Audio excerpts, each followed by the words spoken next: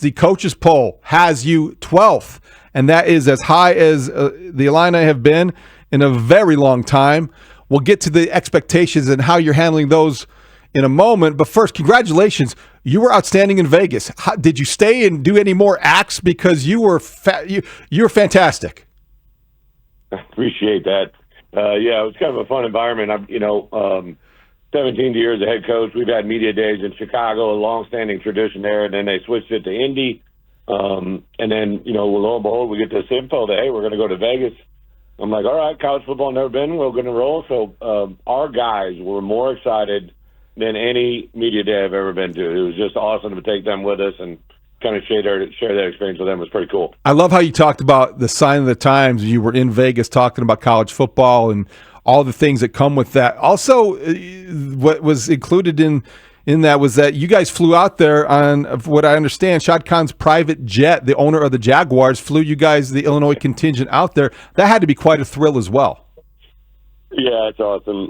Shad has been an absolutely awesome supporter of our program. Obviously, you got an NFL team to run and a couple other businesses. But he spends a lot of his time here in Champaign, so I just kind of reached out to him and said, hey, we can do this by rule, right? And it was really an awesome experience to not just our three players, but we took some friends of the program with us that have been huge with us in NIL world here the last couple of years. So it was just really a lot of awesome memories. All right, Coach, so now it's all business because obviously you have expectations this year that are pretty big and as high as they have been in some time. This is the highest you've been ranked in the preseason since 2008 when you were when the Illini were 19th. It's the first time they've been in the top 15 since 1990. And as you pointed out at Big Ten Media Day, it's fine because you have a chip on your left shoulder and a chip on your right shoulder, so you're a well-balanced team. How do you feel about the expectations that accompany the beginning of this season? I appreciate the question. I understand it. One of the things I've kind of relayed to our players, as new as this is to, the outside world, hopefully it's not new to us. We were able to build up some momentum last year and, put ourselves in a position to play that last game, make it worth our while. A lot of our guys were with us in 2023 when we had some high expectations early and unfortunately didn't add up to the way we wanted to at the end. So I think the trials and tribulations of that time still resonate with our guys. So expectations are earned, and they've done a lot to earn them, but there's not one tackle, turnover, or touchdown that carries into, our home opener against Western Illinois. Our first road game in Big Ten play at Indiana is going to be an incredible environment. Just got word yesterday that, Game 7 this year, we got the defending national champs, Ohio State, coming to town here, and it's sold out. So, when I first got here, sold outs were usually because somebody else was coming in town, but now I think when we sell out Memorial, it's because they want to come see the fight in the Illini, and that's a huge deal. Talking with Illinois coach Bret Bielema here on Mully Haugh, Chicago Sports Radio 670. The Score. Coach, 16 of 22 starters are back.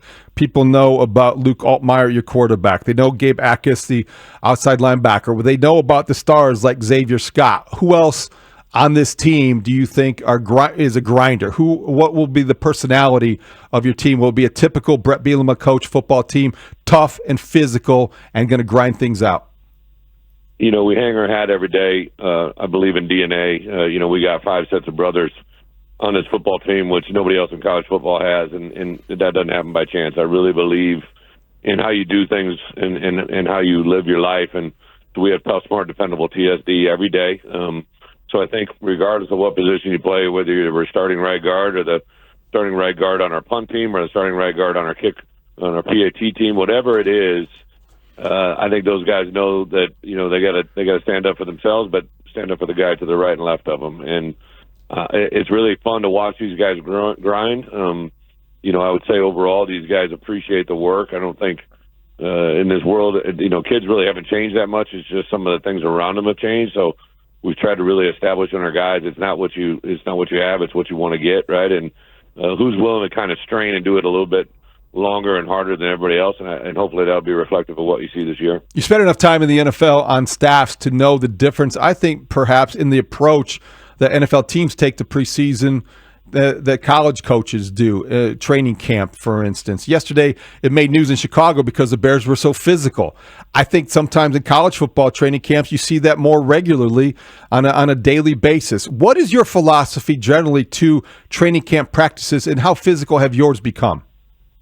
Actually, today's a classic example of that. So we actually have 24 set practices that we can have before we play Western Illinois. So they've been mapped out. I mapped them out literally at the end of spring ball last year, kind of laid out a 4-week plan. We went really, really hard Friday and Saturday last week. Sunday, by NCAA rule, you got to give them a day off every week. So we naturally take Sundays off. We can bring them over and meet with them for 2 hours, but we can't do anything physically with them. So then Monday and Tuesday, we got after it really good. Had 2.5-hour practices, really grinded on them pretty hard. Our guys don't know it unless they're listening to the Mully Haugh Show right now, but I'm going to back off them this evening. We're going to cut our practice in half, but we're going to have the other half practice will be a walkthrough where we just take our shoulder pads off. We go what we call ASM&N, which is alignment, shifts, motions, and movements, and we really just concentrate on 3 steps after the ball snaps. So it's a huge emphasis on how we align pre-snap and how we react post-snap, but there's not a lot of physical activity. I just think today's age, like you can go hard for a while, but if you try to press it, it could be diminishing returns. So, yeah, a lot of thought goes into it. I told our guys the other day on Sunday we have a little moment where we get together and have a little chapel service, and one of the things I pray for all the time, really, it sounds crazy, is just give me the guidance to help these guys have the right structure and plan, right? Like, do we go 18 periods? Do we go 15 periods? Do we go ones? Do we go ones, twos, right? Whatever it is, you just hope you're making the right decisions for the long run. Coach, so we know that Luke Altmaier is an outstanding quarterback, and he's back to run your offense and to take that next step. He will do so without Pat Bryant, a guy who helped him get through last season and made a lot of big plays for you guys. He's now in the NFL. What is the plan at receiver, and who is going to step in and fill that void? They actually, Chicago kid, really been excited about Malik Elsie, has really stepped up, had a good camp so far. Kid out of Simeon that, is really a highly recruited kid and has been working his tail off to get to this moment. He's big, he's pretty, he's athletic. Really excited to see where he can go. Hank Beatty and Colin Dixon, 2 guys, played a lot of ball for us a year ago. Those guys definitely have stepped up. Hank Beatty made a couple fingertip catches yesterday that were just awesome and pretty to watch. Got some other portal guys that have come on, and really, more than anything, we've kind of beefed up the rooms around them, right? Like, we have 3 running backs. I had a 2-headed monster. Both got announced yesterday for the Doak Walker watch list. Both of them within 30 miles of Champaign here. We kept Illinois' best in Illinois. So Caden Fagan, Aiden Lawfrey, a 1-2 combo, and a third one, Khalil Valentine, that I think is pretty good. But the tight end room, man, we're really, really excited. We got Tanner Arkin, Cole Rusk. We got a couple new guys, Christian Abney, Darren Stoffel, that really excited to see those guys come into the program and see what they can bring, which should alleviate some of the. You can't replace Pat Bryant, but you have to replace his numbers, right? And that's the guys that we're going to kind of lean on to do that. One of those 5 sets of brothers that you said that you coach on the Illini are the Cruzes brothers, and that's a name familiar, obviously, in Chicago because of Olin, the longtime center for the Bears and a contributor here at the station. Josh and James. Josh is one of your captains. James, a defensive standout. What are the expectations for those 2 guys, and how much do they help carry some of the leadership load?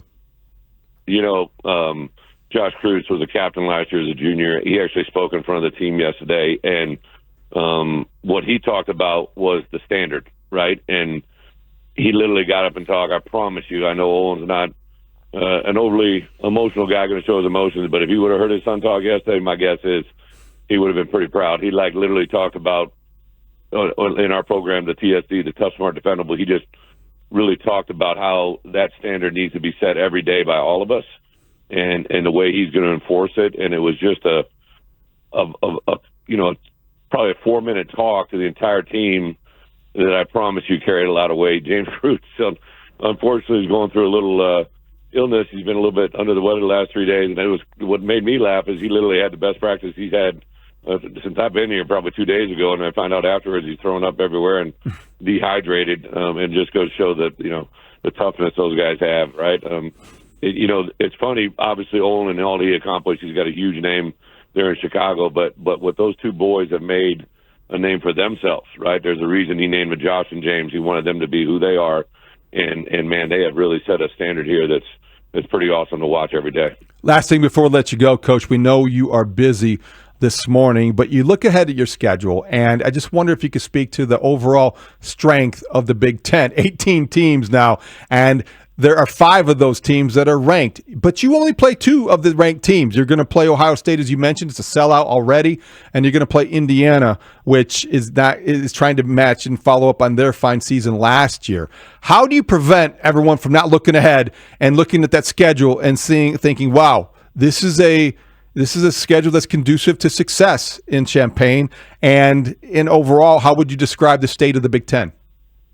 Great question, Dave. I would say, what I've told our guys is you don't have to look anything further than the past, right? So last year we were a 10-win team that basically played really well down the stretch. We're able to beat a South Carolina team that a lot of people thought should have been in playoffs. I thought they should have been in the playoffs. And it was really, really a good moment for our guys to realize, yeah, we won 10 games, but if they go back earlier in the year, we played a Purdue team that won 1 game all year, and we needed to kick a game-tying field goal with 2 seconds in the fourth quarter to put us in overtime, which gave us a chance to win, right? So in this league, anybody can get anybody on any given Saturday, right? You look at the end of the game or end of the year last year, and Michigan kind of went through some things there, and at the end they were playing really well to beat the national champions the way they did at the end of the year. It just shows how balanced this conference is. It's one of those, there's a lot of, Big Ten, SEC, you got the ACC, the Big 12.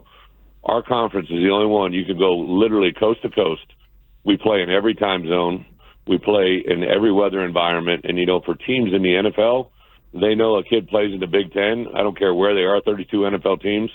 They know that these kids have played in the most hostile environments in all of college football on the biggest stages and played in all the different weather environments. So it really helps our kids for beyond here. But listen, college football has been at a high now that I've never seen before.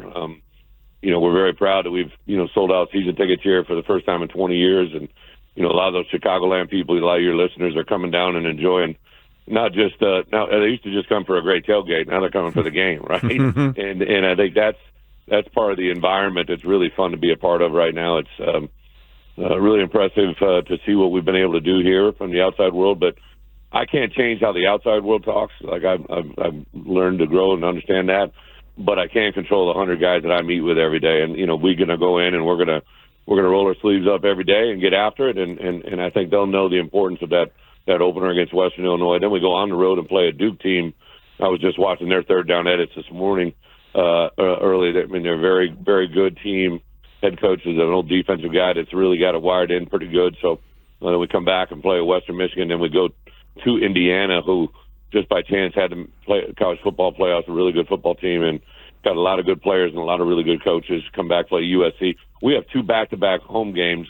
We have a Purdue game in the middle of it, but Illinois fans are going to be able to come and play USC at home and follow it up with the national champions, Ohio State, coming to town. That's a great schedule. I'm excited to be a part of it. Coach, good luck. Give Mike New my best, and I hope that you have a great success this year.